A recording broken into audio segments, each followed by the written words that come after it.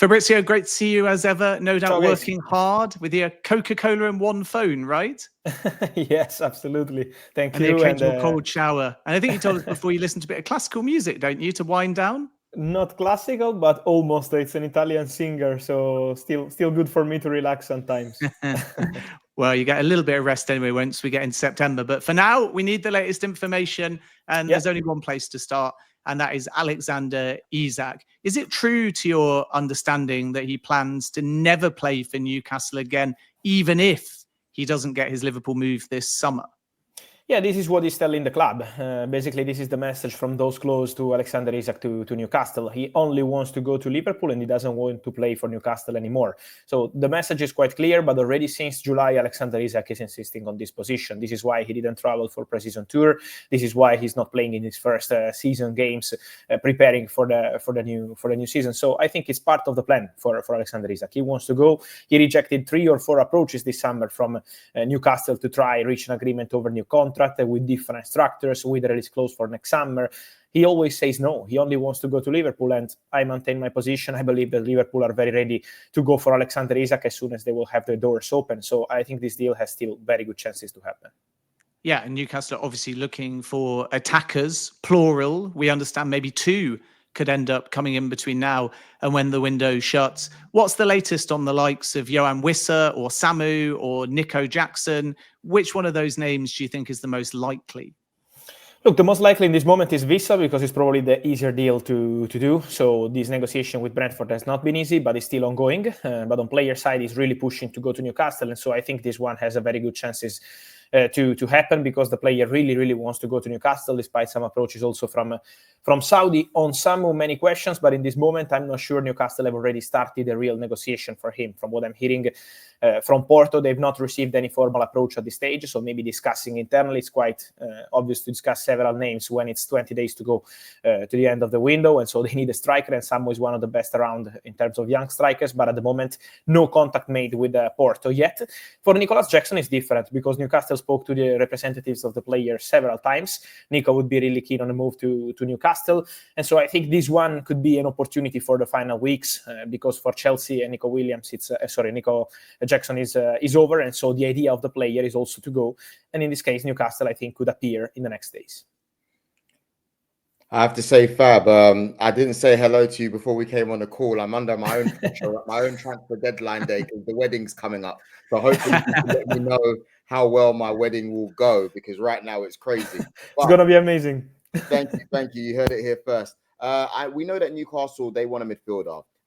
Which is more likely out of Villa's Jacob Ramsey and Leicester's Bilal El Kanous? Look, Jacob Ramsey is really appreciated by the coach, Eddie Howe. So I think in this case, for them, this is probably the priority in this moment. But it's never easy, to negotiate club to club with Villa. So let's see if they will be able to reach an agreement or not. It's normal, I think, with few weeks to go to the end of the window to have several names on the list.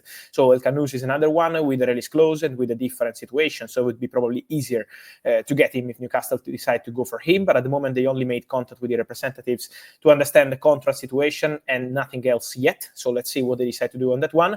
I think there is also a third name on the short list from what I'm hearing. So I think Newcastle will be really busy in the next days, but still no decision made, with Jacob Ramsey being for sure a target, but at the moment not an easy negotiation club to club. What about when it comes to Eberechi Eze, one of my favorite players? I'm hearing, and I actually saw on your account this morning, that Spurs are in. How do you rate their chances, and are Arsenal still in there? I think in this moment Tottenham are ahead because Tottenham are prepared to go very strong for Eberechi Eze. Arsenal like the player. Arsenal have always been in touch with his representatives already in June, but at the moment I think they are not advancing in these negotiations. Tottenham are trying to make it happen as soon as possible after the injury of James Maddison and also Sonny leaving. For Tottenham, it's important to bring in new players, and so from what I'm hearing is a separate story from Savinho. Tottenham will try to get both, and for Eberechi Eze there are contacts ongoing with his agents and also with Crystal Palace. So I think Tottenham in this moment are really pushing on this one. Let's see if they can get it over the line. Now, Spurs are also busy in addition to Eze, viewed, I think, as a number 10 by Tottenham and Arsenal, but left wing seems to be a priority too. And you dropped an exclusive a couple of days ago that Spurs are chasing Savinho, despite the fact that Manchester City are quite reluctant sellers here. Do you think this deal is still possible? I think it's possible. It's not easy because, as you mentioned, City will have to keep the player. They are not so happy with this approach with 20 days to go for an important player like Savinho. But at the same time, Savinho is quite open to this possibility to go to Tottenham. My understanding is that also the coach, Thomas Frank, is really pushing to have Savinho and to make him one of the stars of the squad. So Savinho is tempted. Is also World Cup here, Champions League football. So, of course, Savinho, from what I'm hearing, is really, really tempted by this opportunity. Let's see between clubs what happens, because 50 or 55 million euros will never be enough for Manchester City to give the green light to this deal. From what I'm hearing, it has to be at least 70 million euros for Man City to give consideration to this approach from Tottenham. So let's see what happens there. But I think Tottenham will really push on this one again in the next hours or days. And is it possible as well that Manchester City won't just look at the potential finances of a Savinho deal?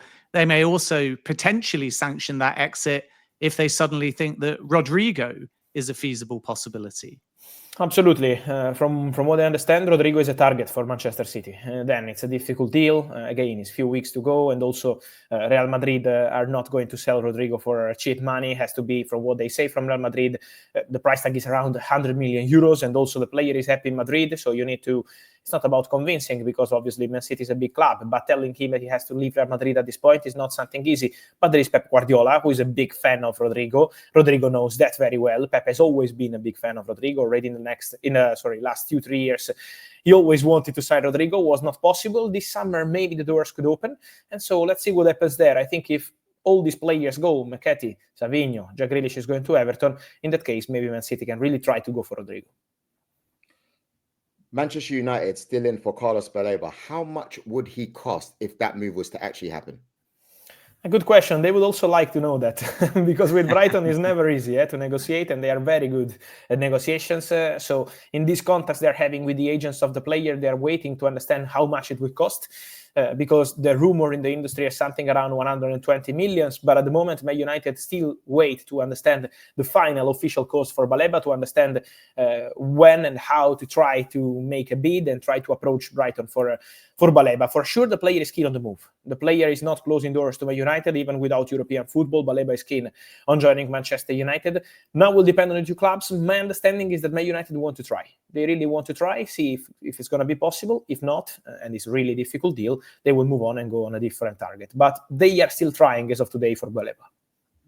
Okay, so that's interesting. I know Manchester United fans are keen to hear what's happening there. Do you expect Mark Gay to be sold this summer? And if so, what's his likely destination? Because in one ear you hear Newcastle, one ear you live Liverpool. It's not quite clear to us. Yeah, I expect him to go. I expect him to go because obviously losing him on a free for Crystal Palace would be a disaster. And so also Steve Parish sent quite a clear message on that one.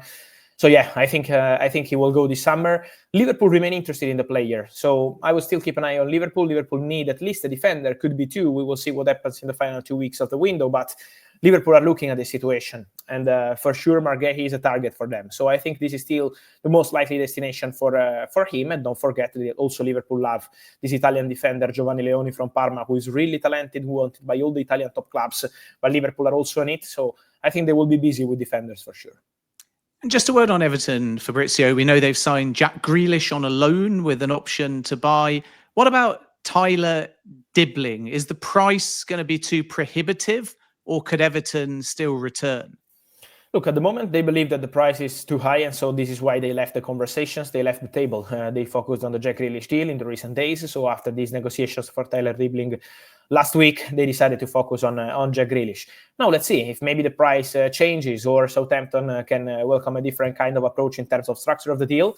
Maybe Everton can still enter the race again. At the moment, it's still quiet around Tyler Dibbling because the price is very high, and Southampton, as of today, have no plans to change their stance. Let's see, because in the market, sometimes these things can happen.